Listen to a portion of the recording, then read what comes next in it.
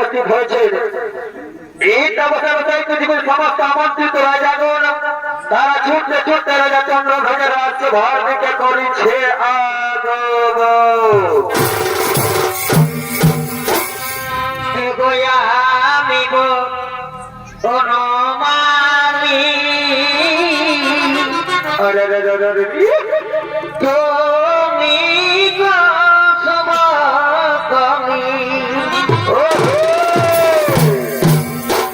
এগোয়ামি গো নমানি পারিবা তুমি গো সমাগমি আরে ও তোমার প্রেম পাই বাবা এ গাথিব গো এ পড়াব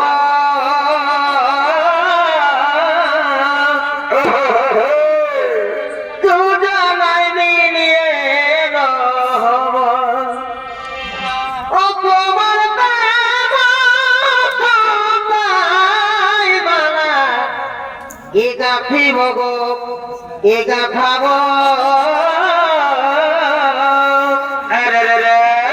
দুজনাই মিলিয়ে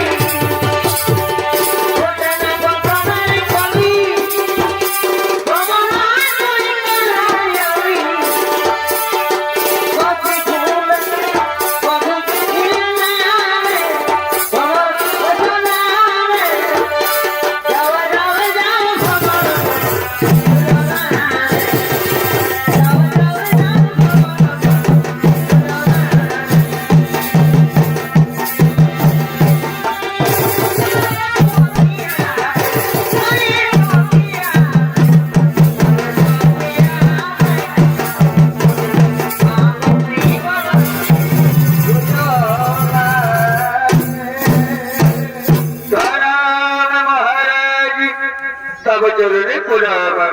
বলেন মহারাজ, কে হাত বদলে করিয়াছ আহ্বান, কে হাত বদলে করিয়াছ আহ্বান। সাধু সারা চলচ্চিত্র সমর্থন রাজাগণ, সারা আমার বচন বহুদিন ধরে ঘুরতে আমি শুনব গোপনের যন্ত্রণায়। এখন পর্যন্ত খুঁজে পেলাম না নিরাময়ের উপায়। তাই বলে রাজা বলল, তোমাদের মধ্যে যদি কারো জানা থাকে এই রোগ নিরাময়ের উপায়, তাহলে অতি শীঘ্রই বলো আমায়। যা বিনা আমাদের জানা এই রোগ নিরাময়ের উপায় আমাদের জানা নেই।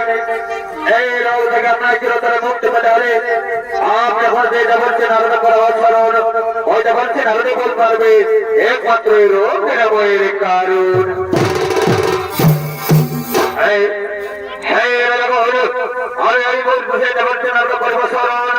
তাই কোথায় কোথায় হেঁটে পারছি নারদ, শীঘ্র রাজা চন্দ্রধ্বজের সবাই করা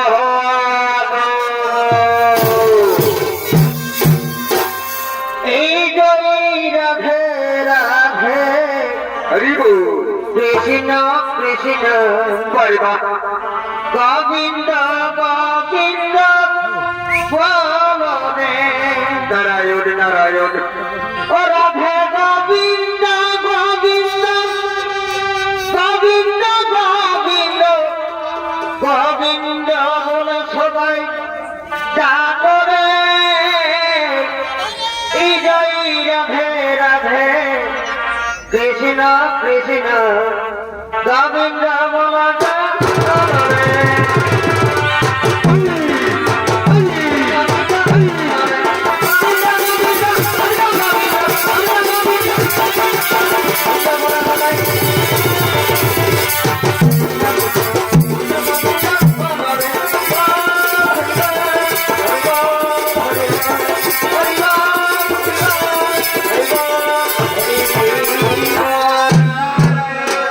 নারায়ণ নারায়ণ বলে রাজা চন্দ্রধ্বজ, যে বাহাটা আমায় করিয়াছে স্মরণ, আমার এই স্মরণের কি বা প্রয়োজন? কথা বলছি নারদ, কথা বলছি নারদ। বহুদিন আর বলছি আমি শুনলাম কম্পিউটারের যন্ত্রণায় এরপর পর্যন্ত খুঁজে পেলাম আপনার নিরাময়ের উপায়। তাই বলে দিন মণিবর, কি করলে কোথায় গেলি কেমন করে পাইব আমি রোগ থেকে মুক্ত?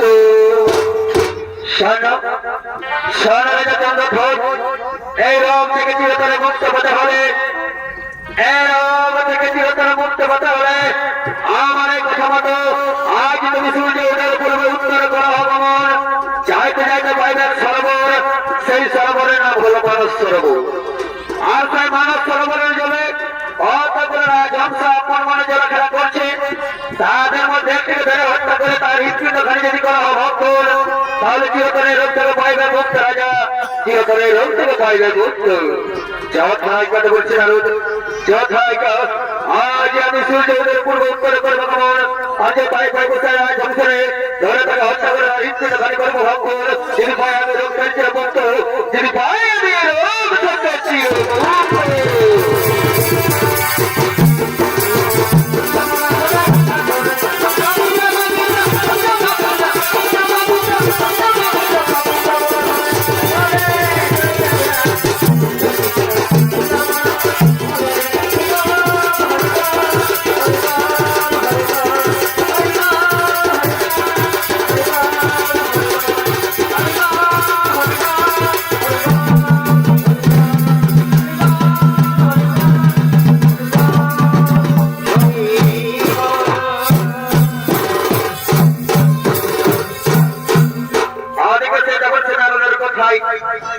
রাজা চন্দ্র দক্ষিণ চলতে উত্তরে সে মানস সরোবরের উদ্দেশ্যে, আর দিকে সে মানস সরোবর তারা যে হংস আপন মনে জলখেলা করার জন্য এই মানস সরোবরে করিছে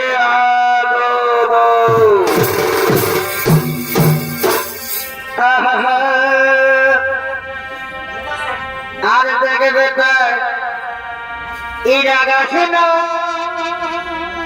তোর মাইকে তুই মারিস না, লয় করবে ওরে দেখে বেকার এই আকাশে না তোর মাইকে তুই মারিস না, ওরে দরকারি হলো দিস না তুই খাবে রে, পরে ব্যাপার ওরে দরকারি হলো দিস না তুই আমরা বুড়া বুড়ি বারে খাবই মাগে আর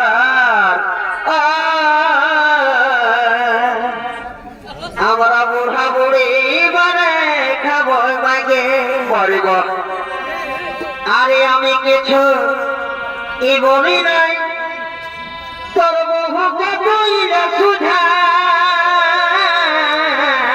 আর কি কি ওরে আমি কিছু বলি নাই তোর বহুকে কইরা সুধা বাড়ি গো ওরে আসলে এই মোটাই দিল কুঠে রে মরে যাবে জের বাচ্চা ওরে আসলে এই মোটাই দিল কুঠে রে আমার সোনার মানে কি থাকি দুধে ভাতে বাড়ি গো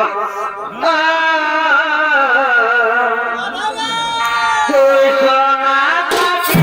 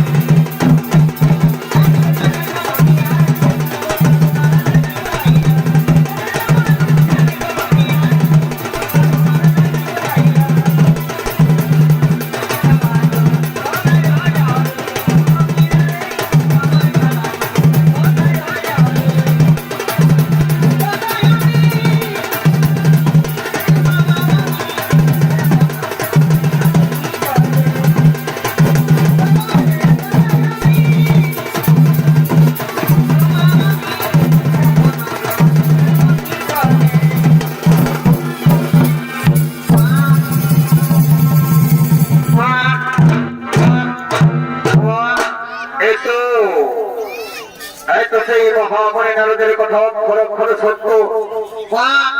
এই তো সে মানস সরোবর, আর মানস সরোবরে যারা কত বড় ঝমসা পরমাণু যারা খেলা করছে, তাহলে আপনি বিলম্ব করবে না, শীঘ্র জলে ঝাঁপ দিয়ে একটি রাজহংসকে ধরে তাকে হত্যা করে তার ঈদ গুণাকারী করবো ভক্ষণ। যদি ভয় আমি রোগ থেকে চিরতরে মুক্ত, তার বিলম্ব নয়, আমি শীঘ্রই মানব সরোবরে জলে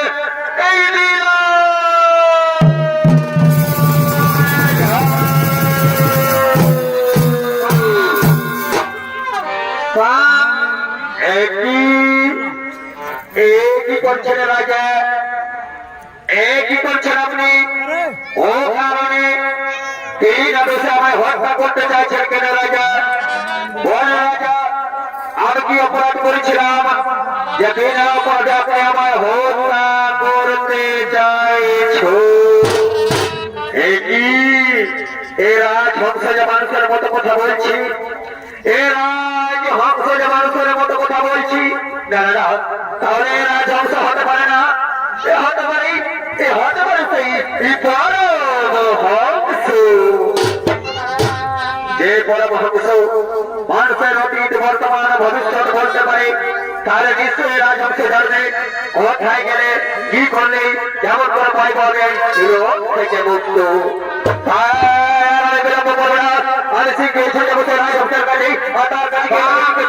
কি করলে কোথায় গেলে তাই আমি ছুটে চললাম সেই রাজহংসের কাছে।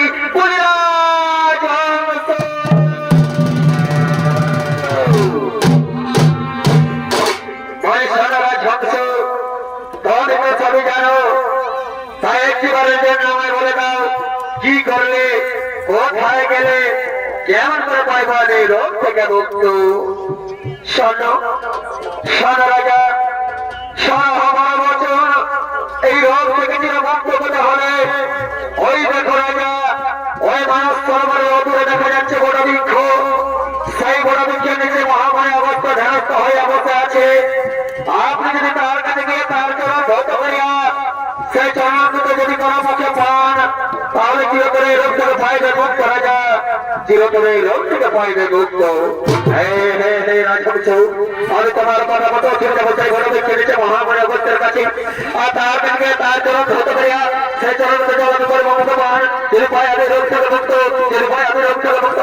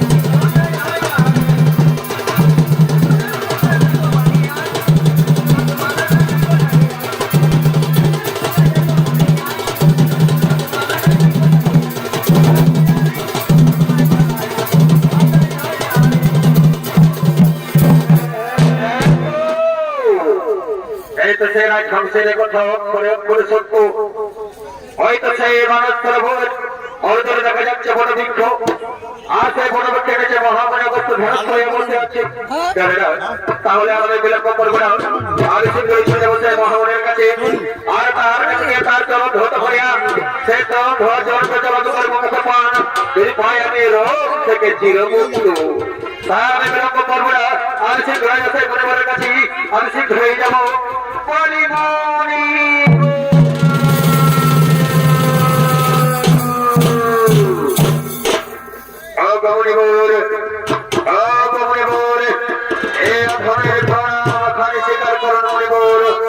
এই অধমের প্রণাম খানি স্বীকার করু।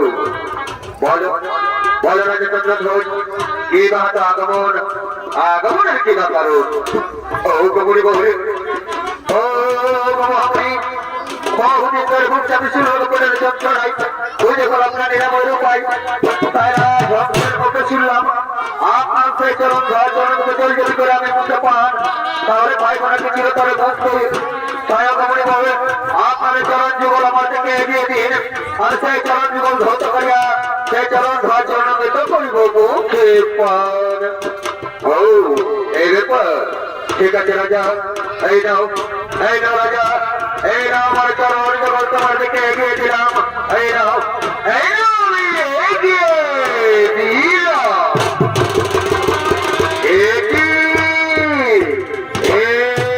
দেখছি আমি মণিগণের চরণ আছে বলো ক্ষত বিক্ষতে ভরা, আর সেই ক্ষত বিক্ষত থেকে ঝরছে ঝরছে রক্ত পুঁজি পড়ছে।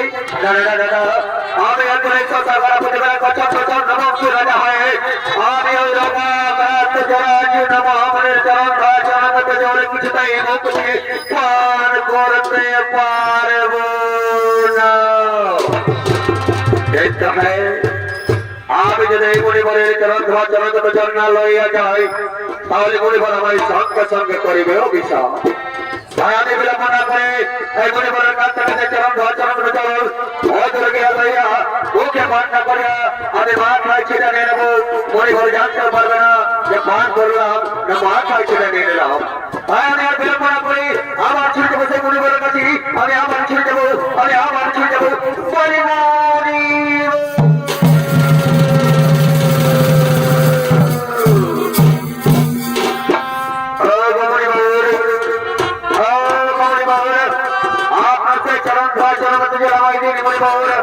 আমি সেই চরণ ও দূরে গিয়া করবো পান, ও দূরে গিয়া করবো পান। ও ঠিক আছে রাজা, এই নাও রাজা, এই নাও আমার সেই চরণ চরণ দিতে জোর, আমি তোমায় করিলাম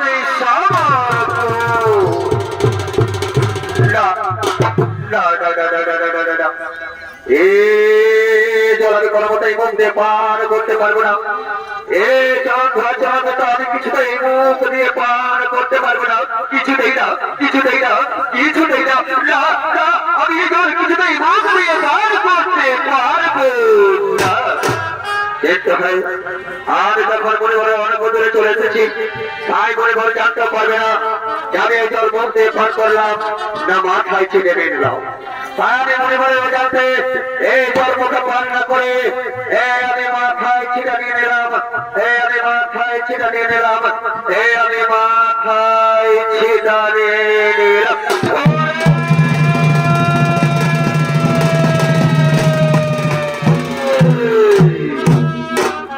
আরে মূর্খা রাজা চন্দ্রধর, এ কি করলি তুই?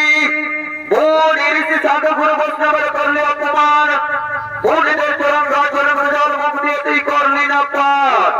তাই যাও রে দুষ্টমতি তুলেছে রাজা, আমি তোমায় অভিশাপ দিচ্ছি, যে জল তুই মুখ দিয়ে করলি না পান, সেই মুখ দিয়ে তোর বের হবে সার্ভিস, তাই না খুলে জন্ম নিবি তুই।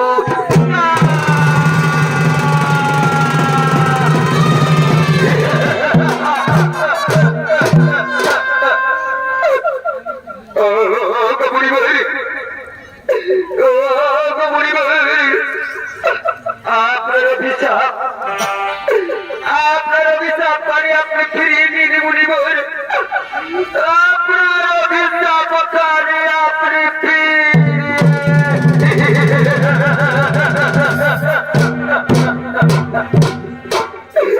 বুড়ি গো,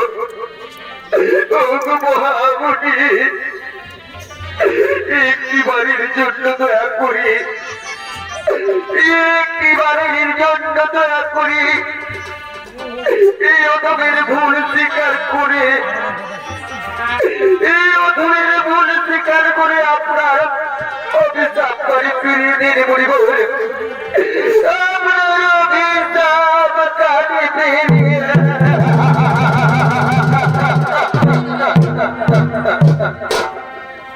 না না রে রাজা চন্দ্রধ্বজ, এ হতে পারে না।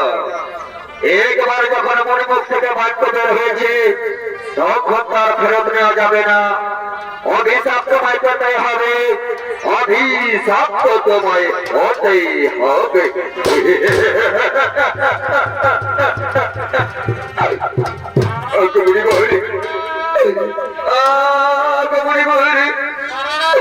সত্যি সত্যি যদি আমায় অভিশাপ পেতে হয় মণিবর, সত্যি সত্যি যদি আমায় অভিশপ্ত হতেই হয়, তাহলে একটিবারের জন্য বলে দিন মণিবর, একটিবারের জন্য বলে দিন কি করলে, কোথায় গেলে, কবে কবে পাইব আমি অভিশাপ থেকে মুক্ত।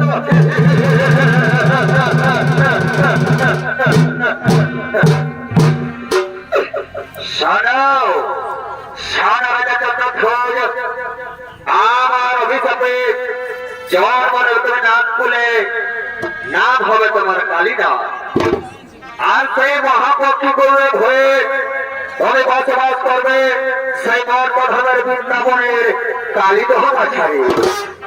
আর যেদিন সেই ভগবান শ্রী বিষ্ণু নারায়ণ কৃষ্ণ অবতারে জন্ম নেয় বৃন্দাবন মাঝারে, আর যেদিন সেই ভগবান শ্রীকৃষ্ণের সাথে হবে তোমার মহারণ, আর যখন সে ভগবান শ্রীকৃষ্ণের কমল চরণ পরিবর্তে মস্তক করে সেই দিন পাইব তুই মুক্তি রাজা, সেই দিন পাইব তুই মুক্তি, সেই দিন পাইব তুই মুক্তি।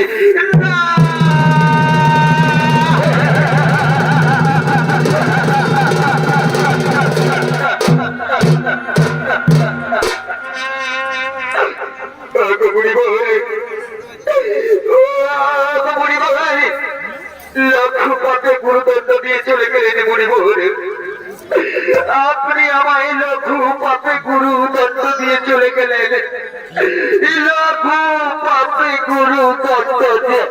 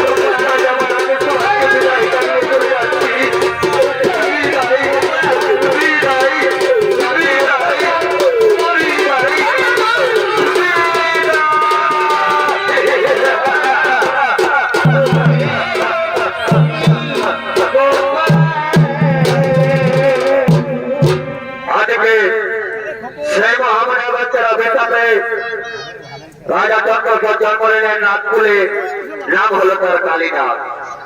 আর সেই কালিদাস আজ মহাপক্ষী করবে ভয়ে বসবাস করার জন্য এই বৃন্দাবনের কালিদহ মাঝারে আগমন করেছে।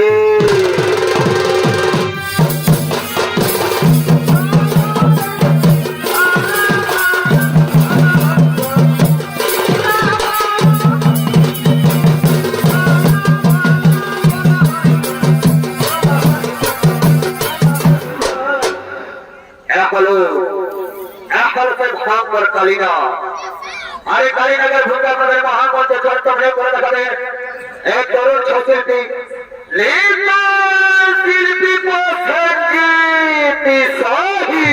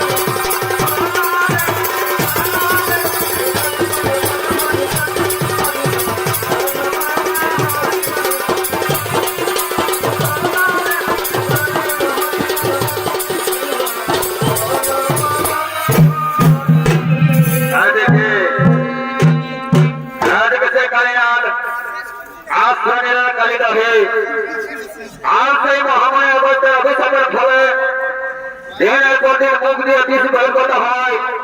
আজ কালী দেওয়ার জল হয়েছে বিষ পূর্ণ। তাই সেই কালী দেওয়ার জল পান করতে গিয়ে কত শতাংশ পতঙ্গ পশু পাখি গরু মাছের দানা দিন মারা যায়। তাই ভগবান শ্রীকৃষ্ণ মনে মনে চিন্তা করছেন কি আমার কি আছে বৃন্দাবনের কালী দেবে, যে বৃন্দাবনের কালী দেবের জল পান করতে গিয়ে কত শতাংশ পতঙ্গ পশু পাখি গরু মাছের দানা দিন মারা যাচ্ছে। তাই ভগবান শ্রীকৃষ্ণ এই কালী দেওয়ার রহস্য জানার জন্য এই কালী দোহে আগমন করেছে।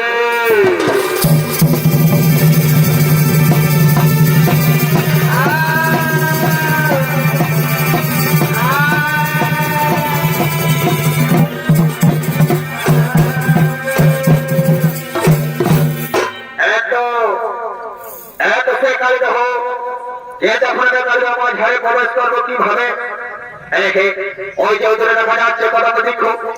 আমি সেই কদম বৃক্ষে চলে সেই কদম বৃক্ষে ডাল ধরে ওদের মাঝ বরাবর পেয়ে যাবো ঝাঁপ, তবে আমি পৌঁছে দেবো সেই কালে তো মাঝারে জানে না। তাহলে আমি বিলম্ব করবো না, এই শীঘ্র আমি কদম বৃক্ষে চলে এই কদম বৃক্ষে ডাল ধরে এরকম মাঝ বরাবর এগিয়ে দিলাম।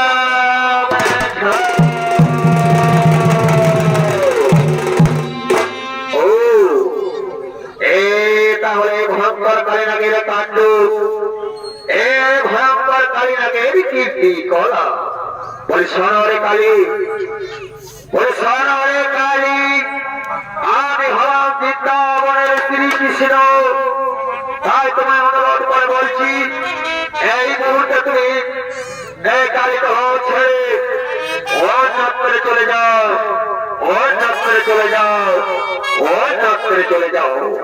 না, আমি কোনো মতে কালী দরবারে বের হব না, ওর মতেই না, ওর মতেই না। ওরে কালী, ওরে কালী, আজ করে বিষের প্রভাবে কালীগঞ্জ জল হয়েছে বিষে বিষপূর্ণ। তাই কালীগঞ্জ জল পান করতে গিয়ে বৃন্দাবনের কত শতাংশ কত পশু পাখি গরু বাছুর দৈনন্দিন মারা যায়।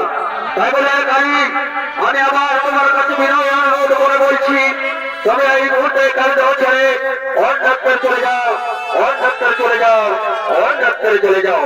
না, সামান্য বালকের কথায় আমি কালিদহের বাইরে বের হবো না। আমি যদি কালিদহের বাইরে বের হই, তারপরে আমার সাথে যুদ্ধ করো। যুদ্ধে যদি আমাকে পরাজিত করতে পারো, তাহলে স্বেচ্ছায় আমি এই কালিদহ ছেড়ে চলে যাবো, এই কালিদহ ছেড়ে চলে যাবো। ঘরে ডাকবে কালী, হাত আমার বাঁধা, তুই ভগবান শ্রীকৃষ্ণের সাথে যুদ্ধ করতে চাও, তবে এর সাথে কি বাউটি আক্রমণ করছো শক্তি ধারণ এখন করো আমার সাথে।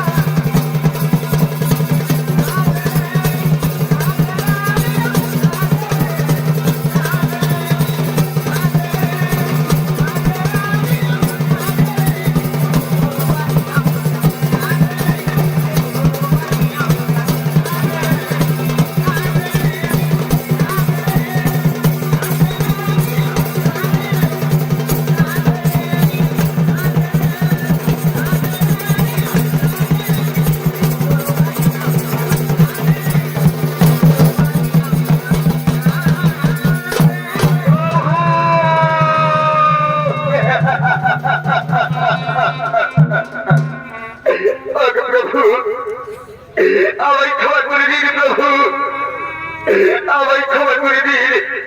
আমি বুঝতে পারিনি প্রভু, আমি বুঝতে পারিনি প্রভু।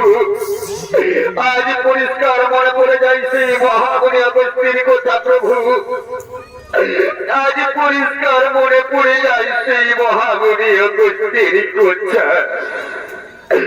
প্রভু, ও প্রভু, তাহলে কি আজ থেকে হলাম আমি চিরমুক্ত প্রভু, তাহলে কি আজ থেকে হলাম আমি চিরমুক্ত?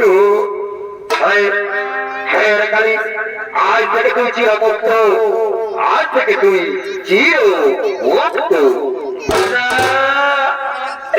না প্রভু, না না না না, আমি চিরমুক্ত হতে পারলাম কই প্রভু, আমি চিরমুক্ত হতে পারলাম কই প্রভু।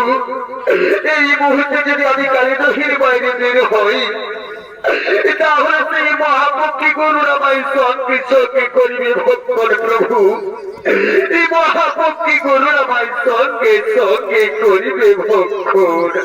না না রে কালী না, মহাপক্ষী গরু তোমার কোনো ক্ষতি করবে না। মহাপক্ষী গরু যখন দেখবে তোমার এই মস্তক করে রয়েছে আমার এই পদ চিহ্ন, তখন মহাপক্ষী গরু ভাববে তুমি আমার এক পরম ভক্ত, তাই মহাপক্ষী গরু তোমার কোনো ক্ষতি করবে না, কোনো ক্ষতি করবে না। প্রভু, প্রভু নারায়ণ, সত্যি সত্যি যদি আমি আজ থেকে হলাম চিরমুক্ত প্রভু, তাহলে অধমের একটি প্রণাম স্বীকার করুন প্রভু, অধমের একটি প্রণাম স্বীকার করুন।